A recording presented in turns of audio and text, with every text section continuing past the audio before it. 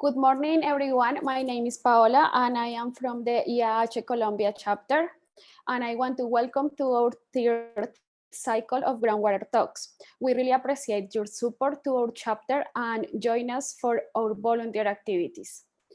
Today is the last talk of this cycle, and we will have a talk from the Dr. Jaime Gomez.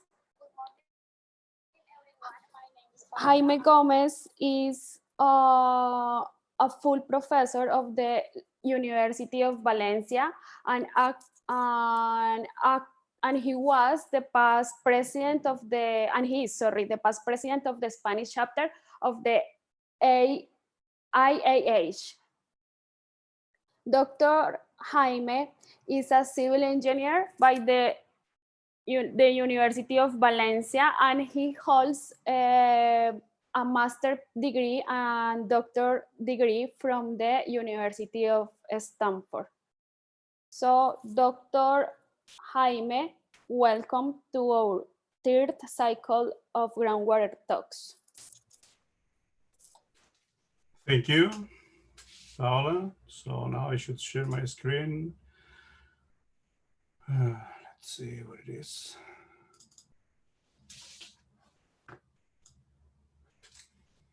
Okay, should I start then? I guess so. Yes. Okay, so thanks for inviting me to this series of seminars organized by the Colombian chapter of the IAH. I see that you are now sharing my face, not my screen. Is that fine? Okay, and so thanks Luis Camilo, thanks Paola for this invitation, and I will make a presentation about an aquifer we have in Spain, in which we can present what apparently is a success story on how to revert some trends in an overexploited aquifer. But before that, I was just looking at Valencia and Bogota relationship, and in Wolfram Alpha, I found well, this information. We are apart like 9 hours 20 minutes if we were to be flying, but only 28 milliseconds if we could fly by the speed of light. Valencia is a city in the Mediterranean Sea, in the eastern coast of Spain, with about 800,000 inhabitants, which is basically 1/10 of what Bogota is. Anyway, it's nice to be making this webinar that I'm sure will reach not just the Colombian chapter, but some more people outside.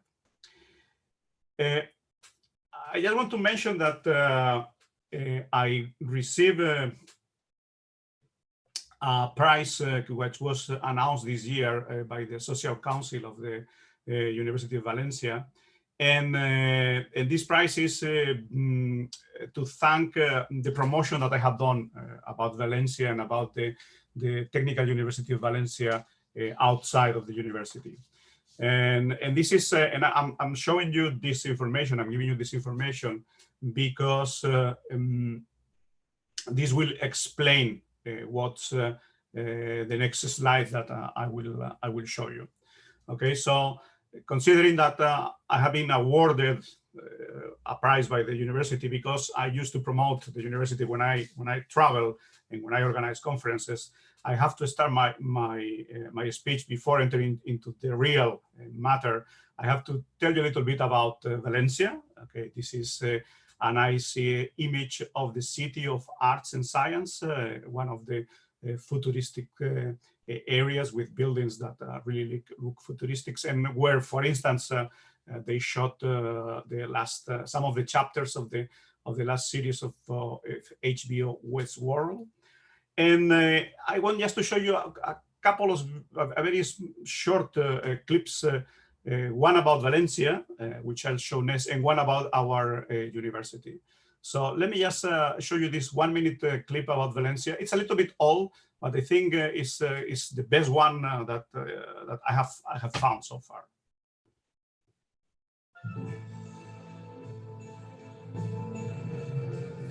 There are lots of stories about this city.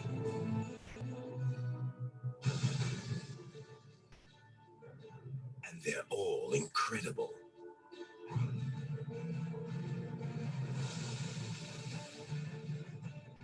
They say you can travel to the future just by turning a street corner. Or tour the 5 oceans in one single morning. That cars race through the streets at 300 kilometers an hour. And lions live in freedom. They say there are buildings that look like they come from another planet. That rock stars come to stay for the winter. And that every street leads to the sea.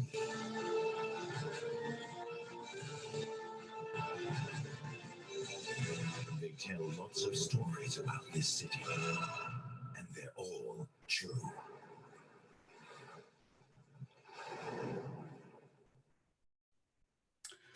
So indeed, there are many stories about Valencia which are captured in this short clip, and they are all true except for the race on the streets, which was stopped a few years ago because it was really expensive and the city couldn't afford it. But everything else is true. I mean, you can look for this video if you want to see it again and find out. And I want to tell you a little bit also about the university. I am in the Technical University of Valencia, which is not the University of Valencia, which is the other university. And I am specifically located in this beautiful building in the Polytechnic City of Innovation, where all the research labs of the university are located. This building is very nice. I mean, it won several prizes. But as you can see, I mean, it doesn't have any windows to the outside, which is not so good. Anyway, my office is right behind one of those red panels. And I also want to just show you a 1-minute clip of our university. So I may entice you to come to Valencia or even to come to the university to continue your studies or do some stay.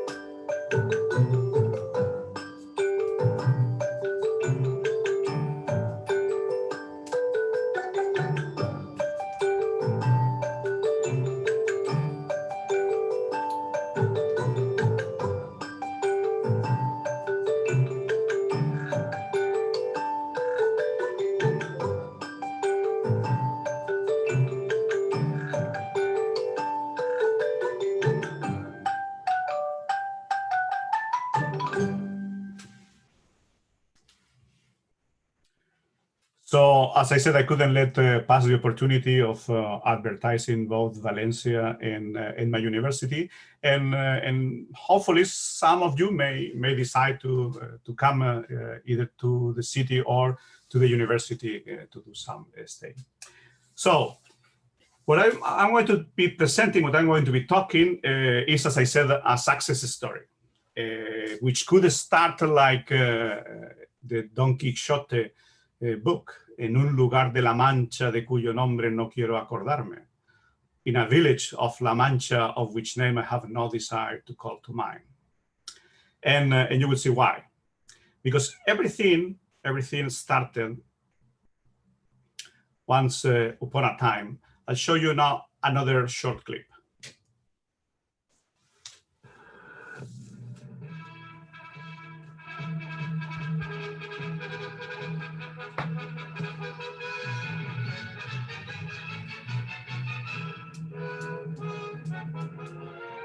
El Instituto Nacional de Colonización continúa los trabajos de captación de aguas subterráneas en los llanos de Albacete, obra recientemente declarada de interés nacional.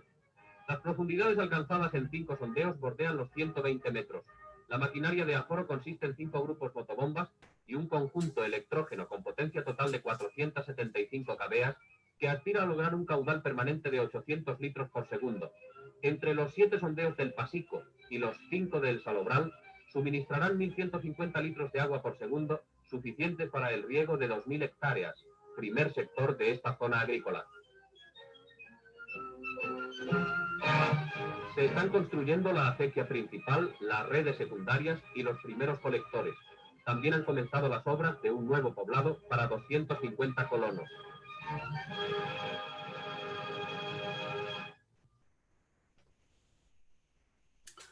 Okay, this was Nodo. This was a clip that it was mandatory to show in every movie theater before the main feature was projected. It was kind of propaganda by the Franco government, by the government of the dictator at that time. And this clip dates from 1962, the time when they discovered that right in this La Mancha place, in this plain that was already, I mean, in the books of Don Quixote, there was underneath this plain, there was a very big aquifer. In fact, the largest one in Spain and one of the largest in Southern Europe. They started, I mean, they said that they put together, they put 2,000 hectares with that first development, with those that first set of wells that they drill. Yes, as a reference, today there are 100,000 hectares in cultivation. Okay, so it has grown like 50 times from that time, and it was certainly. It took, I mean, the news, the fact that there was this big amount of water underneath the soil, in the underground. For instance, we have here a clip from the Ja newspaper from the 5th of August in 1973, where it says, I mean, highlighted in yellow, it says, there is an aquifer wealth in the Albacete underground.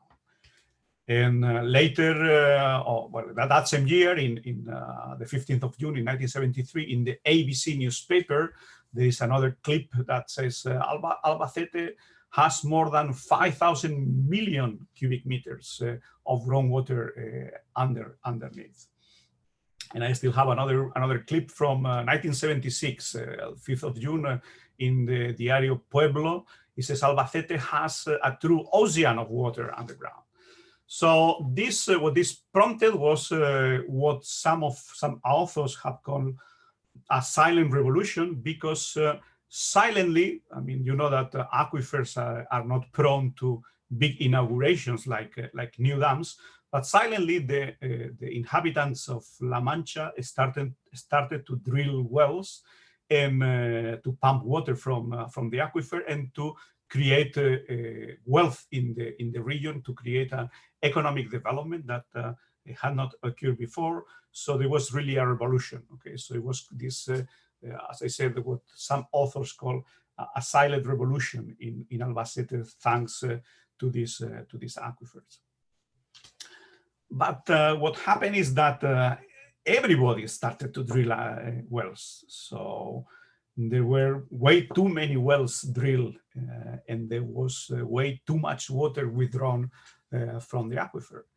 Here you have a profile of the aquifer. I will show you later where it is exactly located in Spain.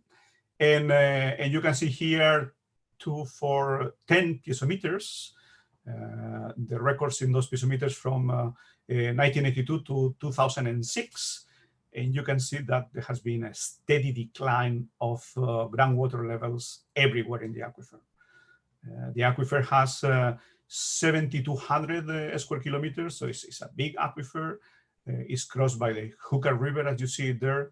And no matter where you analyze the piezometers, you can see that these piezometers have been in a steady decline for many years. And this is because, yes, there was a big ocean under Albacete, but it's not an infinite ocean. I mean, it's not something that you can exploit without measure. This is one of the aquifers, 20 meters in 20 years, pardon, one of the piezometers, 20 meters in 20 years descent. Another piezometer, 15 meters in 20 years descent. Another one, 60 meters in 20 years descent. Another with 30 meters in 20 years. So there were important, very important descents. And the thing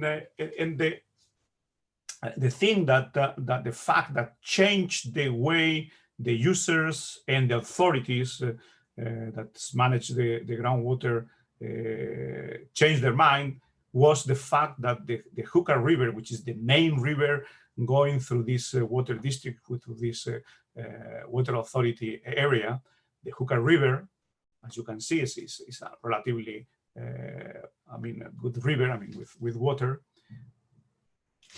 Well, it went dry in 1994. Okay, during a dry spell.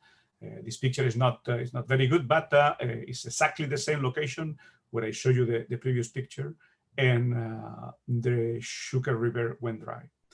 The Júcar River, I mean, was a river that was draining the aquifer. I mean, was collecting water from the aquifer since ever. I mean, forever it was collecting this water, but it stopped like that in 1994 for the first time in history. Okay. For the first time in history, it went dry, and that prompted made people realize that they had to do some things. I'll show you some other situation. I mean, some other purpose. I mean, profiles of the aquifer.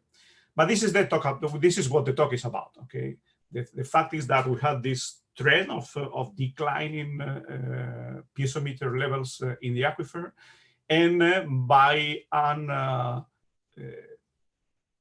well-conceived policy, by a collaboration between all the stakeholders, the users, but also the water authority, they managed to reverse these trends in La Mancha Oriental aquifer. I'm Jaime Gómez Hernandez, but this work has been done mostly by both Eduardo Casiraga and David Sanz. Eduardo Casiraga also belongs to the Research Institute of Water and Environmental Engineering at the Universidad Politécnica de Valencia, but David Sanz belongs to the Universidad de Castilla-La Mancha, who is the one that is actually located in La Mancha, is actually located in Albacete. Just so that you know our faces, I'm Jaime on the left, David, the one in Albacete in the middle, and Eduardo, it's on the right.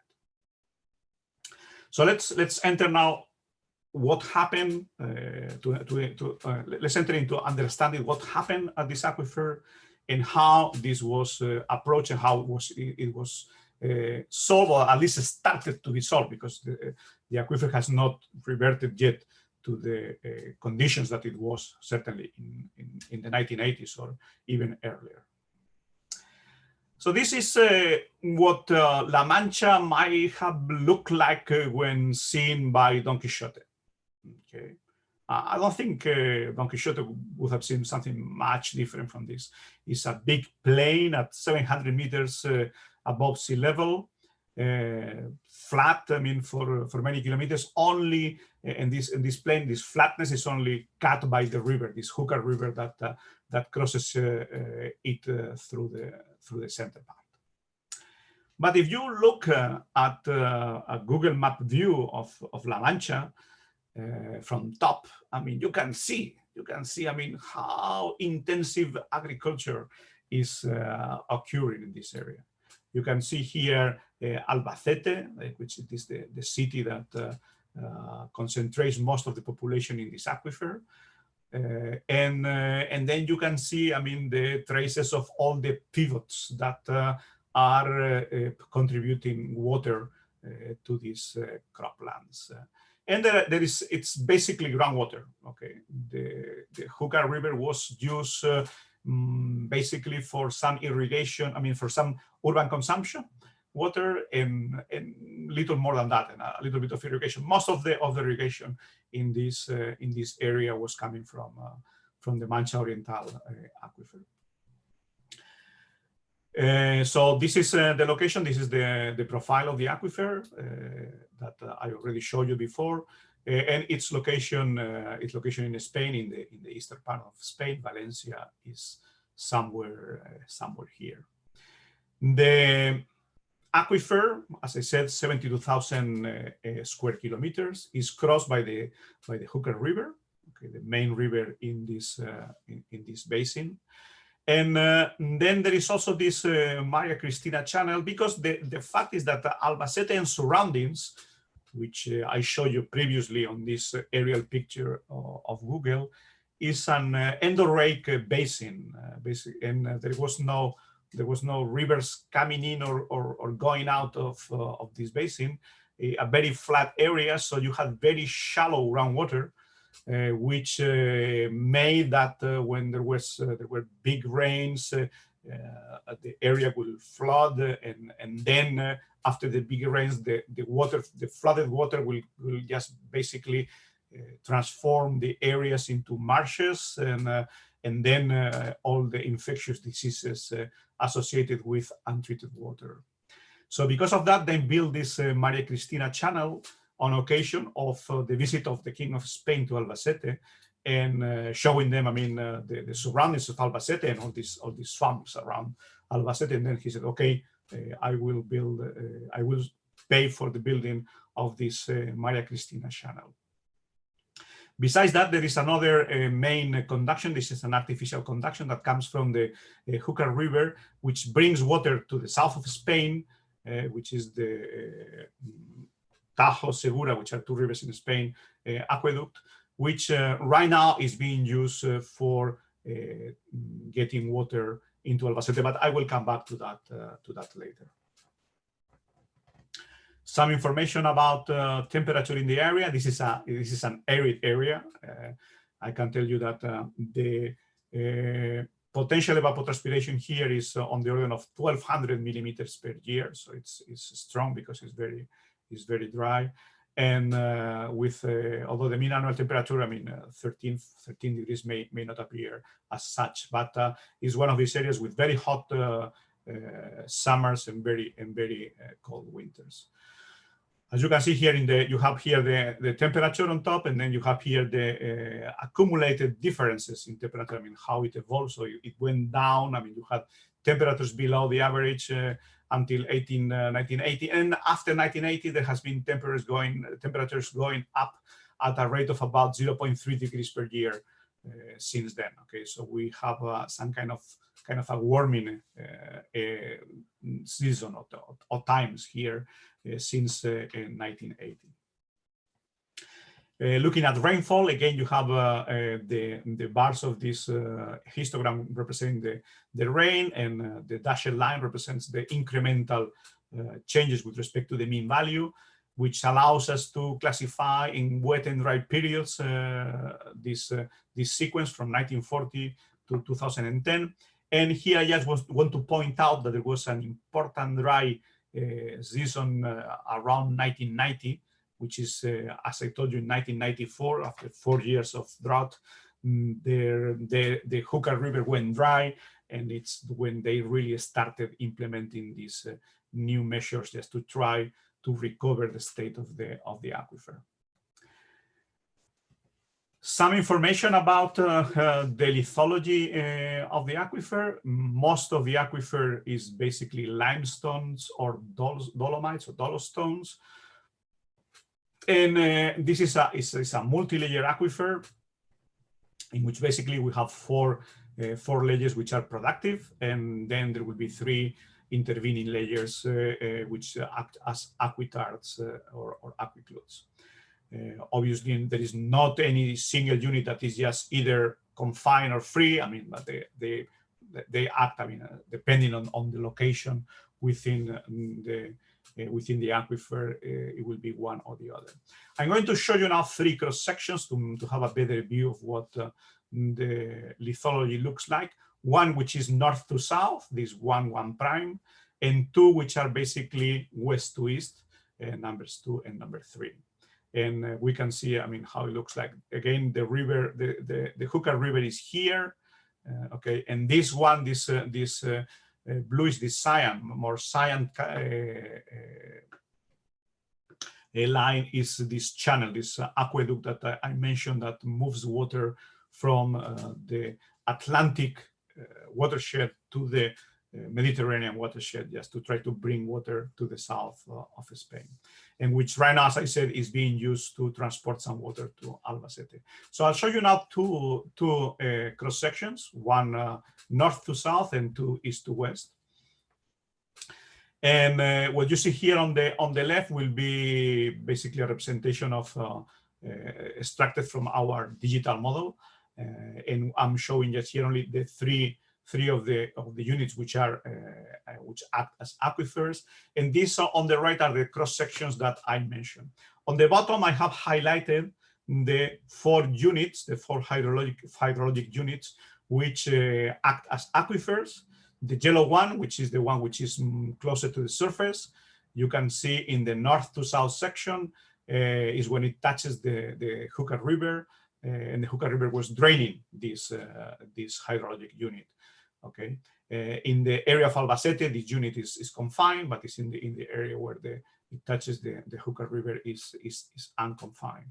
And the 2 cross sections from east to west, again, we see these different layers where the blue layer is one of the active aquifers. We can see some of the wells that have been drilled and where they are actually pumping. The yellow one, the light blue is also another productive aquifer, and the light green is also another productive aquifer.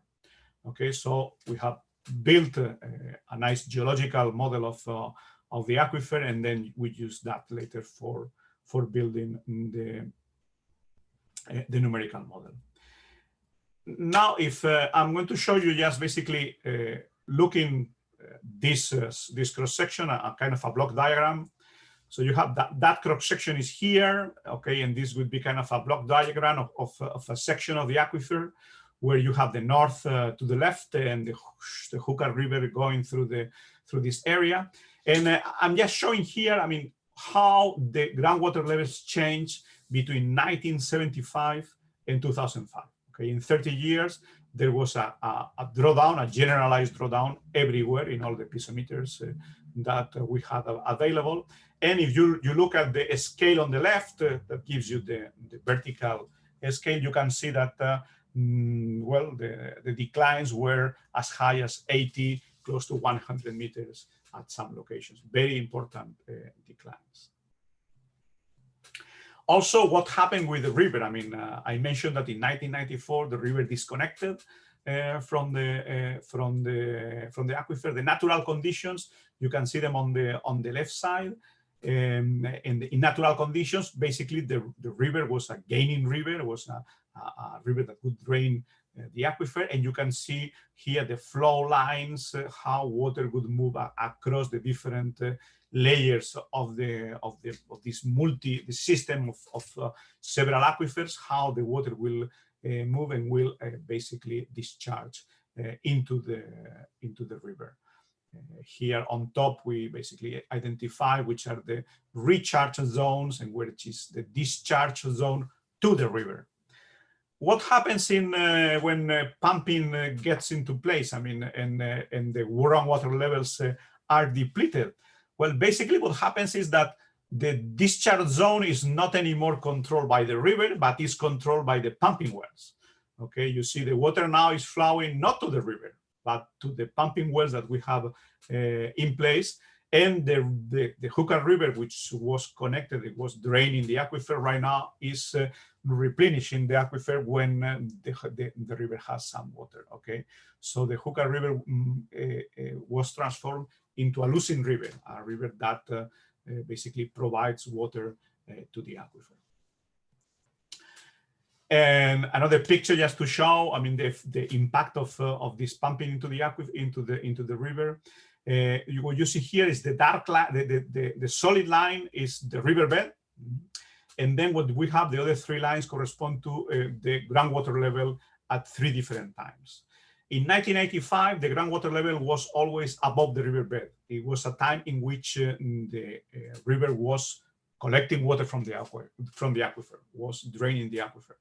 But in 1995 and 2005, the stretch that goes from 46 kilometers from the reservoir, the Alarcon reservoir, which is upstream, obviously, down to 65, so almost 20 kilometers, a stretch of 20 kilometers, which was an area where the river would drain the aquifer, was a gaining river, became a losing river. Okay, became a river that would basically yield water to the aquifer rather than draining it.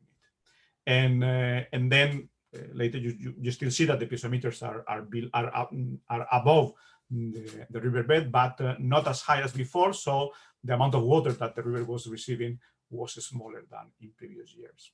But this shift of 20 meters, I mean, this 20 kilometers of a zone that in which the Júcar River was generally carrying water because it was draining the aquifer, disappeared, as I mentioned, around 1994, 1995. Some evolution of groundwater levels. Again, in 1982, you can see here the piezometer lines. You can see that the water was going to the river. The river is crossing here. This is the Alarcon reservoir I mentioned. The river crosses through here, and basically the water flow is flowing in the direction of the down gradient. Well, I'm not going to read the numbers here of the piezometers. What you see here also on red and yellow would be the crops that were being irrigated in 1982. When we change to 2002, you can see that the crops have grown much from 82. In 40 years, in 20 years, there was a lot of development of new croplands, and the water levels went down dramatically. Okay, we can compare the values, but basically these piezometer lines here are around 620. Here, this is 650. 670. This is 650. So it's 20-meter decline here. I mean, there has been a very important decline of water, and also the water. I mean, you can see the flows are now going to the wells, and then, I mean, when allowed, they will just try to discharge towards the river and towards the lateral aquifer. So, piezometers were depleted importantly in the area. And then what happened? So let me just recall what was the timeline. What were the measures, the activities that occurred? So as I mentioned, in 1962, they started pumping with 2,000 hectares. Okay, around 1970, there was a hydrologic study that evaluates in 300 millions of cubic meters per year as the renewable resources that could be extracted from the aquifer. That was the evaluation in 1970 when they were still starting this pumping. In 1985, there is a new Spanish law that controls how water should be managed in Spain. Until that time, groundwater belonged to the person who would drill the well. Okay, so you drill a well, you find water, that water is yours, and you decide how you manage. You say how much you pump, and you don't have to ask for any permission for the exploitation of that water. And today, I mean, there are many wells that have the rights acquired before 1985, and they have to reach an agreement with the water authority because they have acquired rights about the use of the groundwater.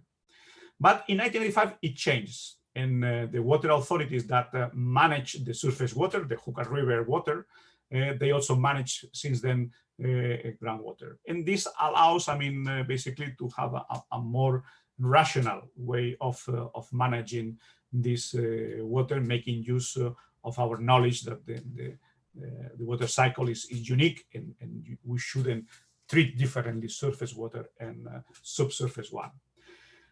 What happens when it was announced that in 1985 there was going to be a new law that will remove the rights of the drillers on the water of their wells? That prior to the establishment of the law, everybody started drilling wells. Say, I'm going to drill wells just in case, because I want to be the owner of that well. Which means that there have been, I mean, and it has been a difficult task. Many wells and many uncontrolled wells in the area, even after this Spanish law entered into place. This has changed in the later years. I mean, right now the controls are much stricter, but during a relatively long period, it was not clear, I mean, how many wells and how much water was being pumped out of the aquifer.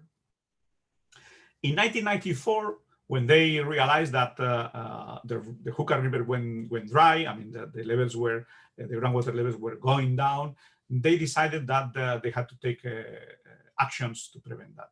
And there was this user community created.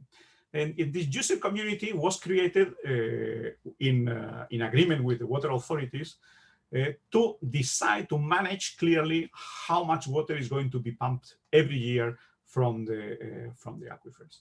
So this user community will present to the water authorities every year a pumping plan, and then they will decide how the users are going to basically plant their crops, and how they are going to be harvesting, and how they're going to be irrigating, and who should go first, and who should plant in spring, or who should harvest in spring, or who should harvest in the summer. So they decide exactly how they are going to manage their crops in order to be able to use the water that they had agreed to use with the water authorities.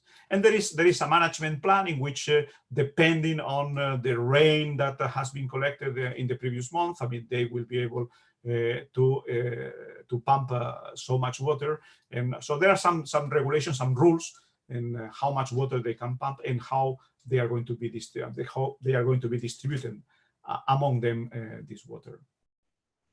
In 2000, there is this water framework directive, this European Union water framework directive that requests that all the aquifers should be in what they call a good quantitative state and a good qualitative state, basically that they are not over-exploited, they are not contaminated, and this is the time that forced them to do this annual management plan. Additional steps that they take to actually make, try to prevent this continuous depletion of the water levels. For instance, they in 2003 decided to replace some wells with surface water. Okay, so in discussion with the water authorities and taking advantage that you have this this aqueduct which is crossing the aquifer, well, they decided that they could take some water from the Alarcon reservoir and use it for pumping and remove some of the pumps. For instance, all the wells that were being used to provide water to Albacete, they stopped. Okay, they decided not to use groundwater anymore as urban water for Albacete, and Albacete right now is being supplied with water coming from the Alarcon reservoir. It would be surface water. In 2006, they did the first public offer to acquire groundwater rights that has been done in Spain. Okay, the drought was going on, and it was clear that it was going to be impossible to satisfy the demand. So the water authorities decided to offer money to buy the rights to the water, so that the users will not irrigate during that specific year. That was done in 2006 was the public offer. There were two which actually were taken into action in 2007 and 2008. And they basically paid around 0.19, 0.2 euros per cubic meter.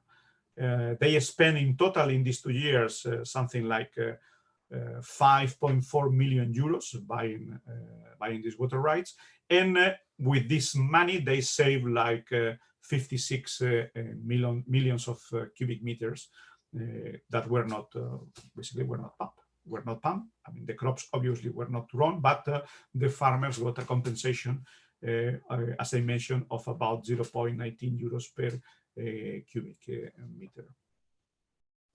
At that time also is when we were contacted by the water authorities and also by the Universidad de Castilla-La Mancha to try to help them to build a three-dimensional model that could be used for getting a better understanding of which is the water balance in the aquifer, getting a better understanding of what is the relationship between the surface water and the groundwater, and also to just making a scenario analysis of what if this apparent heating since 1980 of the environment of about 0.3 degrees centigrade per year will continue. How will that impact the aquifer, or is this something which is accidental and we are just recovering the average temperature that there was this in the 1940s? So we can play scenarios, and also we can play analyze which are the impact of measures that they may decide or may consider applying into the aquifer, like buying more groundwater rights or just closing some wells, or I mean, these kinds of decisions can be analyzed previously with this three-dimensional model. Also in 2006, and because it was so difficult, I mean, the wells are not metered, so we don't know exactly how much water they are pumping. So they decided to use to switch to remote sensing for an estimation of first of the croplands and the classification of the crops, and second to estimate how much water is being pumped out of the aquifer. There is, as I mentioned, there is a hydrologic plan in place that it's active. It affects these 100,000 hectares that exist of irrigated land. Some of the rules, for instance, is that you cannot extract more than 275 millions of cubic meters per year, which will amount about 350 millions of cubic meters per year in a gross quantity, because many of those will return to the aquifer as return irrigation returns. They can count with up to 80 millions of cubic meters of surface water that can be used or has been used for replaced wells or for the urban supply to Albacete, as I mentioned. And right now, as I said, there are these 1,400 management units inside this user community. Okay, they are organized in small groups of farmers that get together, and then they decide how much water they are going to apply per hectare, and then they decide how they are going to program the planting and the harvesting to make sure that they don't use more water than the one they have been allowed to use. Okay. One thing that, for instance, they did to save water was to shift summer crops to spring crops. Okay, because spring crops certainly require less irrigation water.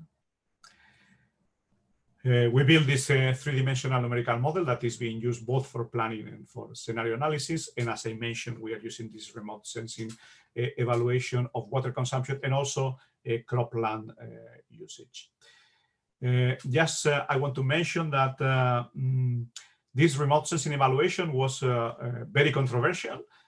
It was even brought to the Supreme Court in Spain because some farmers claimed that the estimations by this remote sensing were not fair and that they were accusing them of more consumption that actually was happening. But the truth is that the Supreme Court said that, I'm sorry, but these scientists know what they are doing. This is an area that has like 2,800 of sun insolation a year, which means that, I mean, the skies are very bright and the satellite images are very good. And they are doing actually a good job in the estimation of the water consumption. Yes, let me show you a couple of slides in this regard. Here you see on the left would be just the the Landsat image, okay, with some RGB composition.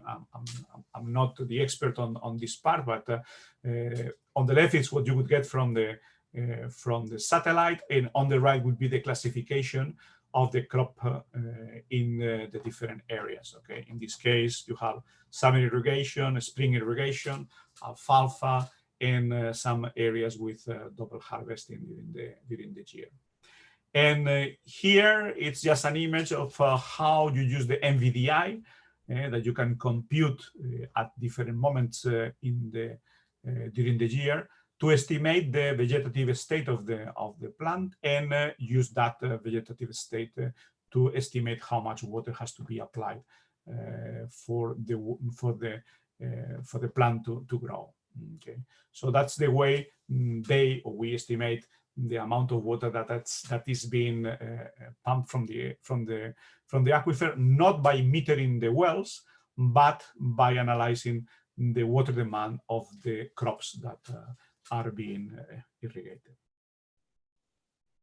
And this is just a quick snapshot of the mud flow on model Muse model that we are using, with close to 6,000 wells right now. Well, you can see here the discretization, like something like 150 by 150 cells. We have 6 layers in the vertical. Of course, you have the Hooker River going through it. We have several areas of recharge. As I said, the wells are located, both the irrigation wells and the supply wells. And down here, you see a cross section in which you can see some of these hydrologic units that are being modeled. And thanks to those decisions, thanks to those management decisions, you can see that from 2002 on, the levels in the piezometers appear to be recovering. Okay, this is one of the piezometers I showed you before. This is another one. I mean, you can see a clear trend that the levels are going up. Okay, you can see that the levels are going up in this other piezometer. And so they are working on the right direction. Still today, the Mancha Oriental Aquifer is classified according to the Water Framework Directive as an aquifer in bad qualitative state, and more actions has to be taken in order to revert this situation. 2027 is the deadline that the European Union has given to all the member states to get their aquifers in a good state. And the good thing here is that both the water authorities, the user communities, they know that they have to work to solve this problem, and they are working on the right direction. And so yet, as I say here, there is a deficit of about 30 million cubic meters per year that the water authorities are proposing to be imported from some other area. They continue planning substitutions of wells by surface water. They are thinking about improving pumping and irrigation system, considering more crop shifts, as I mentioned, from summer crops to spring crops. And they are thinking about another water right acquisition if needed in order to reduce this, I mean, to compensate this deficit that it's patent right now. And with this, I finish my presentation. Thanks very much for your attention. And as I said, most of the work has been done by Eduardo Casiraga and David. David is from the Universidad de Castilla-La Mancha. And this was my presentation. I hope you enjoyed, and I'm now open to questions. So thank you so much for your presentation, Dr. Jaime. And now I want to see who is asking something, but no questions for now. So somebody has a questions or comments? Guys, we have right now 30 people listen. So, okay. Oscar Fabian Sanchez is asking, has the aquifer some kind of calcification? This was addressed by some by some way? No, we didn't treat the classification, if any, on any way. I mean, the aquifer is modeled as a continuum, but it's clear that being a limestone and a dolomite aquifer, I'm sure that some areas are classified. But we have modeled everything as a continuum. The most, I mean, I should say the most transmissive aquifer, which is the yellow one that I show in one of the cross sections, has they have transmissivities of up to 10,000 square meters per day. So they are highly transmissive as a result of being this carbonate type of material. Okay, we have another question, and it's from Oscar David Alvarez. He is asking, is the Confederation considering the implementation of artificial research in the sun? As far as I know, no, it's not being considered, but it shouldn't be discarded. Okay, I don't have more questions in the chat. I don't know if you want to make a final comments or recap or just move. No, I think I said everything I had to say, and I thank you again for the opportunity of making this presentation in the Colombian chapter. Okay, thank you so much for your time, Dr. Jaime. I want to tell you that until today, we have more than 1,000 views in our channel and more than 200 subscribers. So we are really happy with that because we started the channel like 1 week and a half ago. So the talks have been really amazing, and thanks to volunteers like you that help us to grow and to share the knowledge. So I really appreciate that. Also, with your talk, we are ending the talks of this week. So for all the audience, we will have the next week 5 talks that we will share the schedule on the channel. And right now, let me see if I can share my screen. Okay, here I can share. Seems that yes, I can share. So for all the people that listen to us, this is the schedule for the next week. So you can guys follow us through the YouTube channel, and there are 2 talks that needs to register and will be through Zoom directly. So pay attention if you guys want to participate. Also, today we will have from our student chapters in Colombia a really interesting talk about the hidráulica de pozo básica aplicada a la hydrogeology. So if you want to join us, just you need to follow the link because we'll be through meetings using Google. So thank you so much for everything and for your time.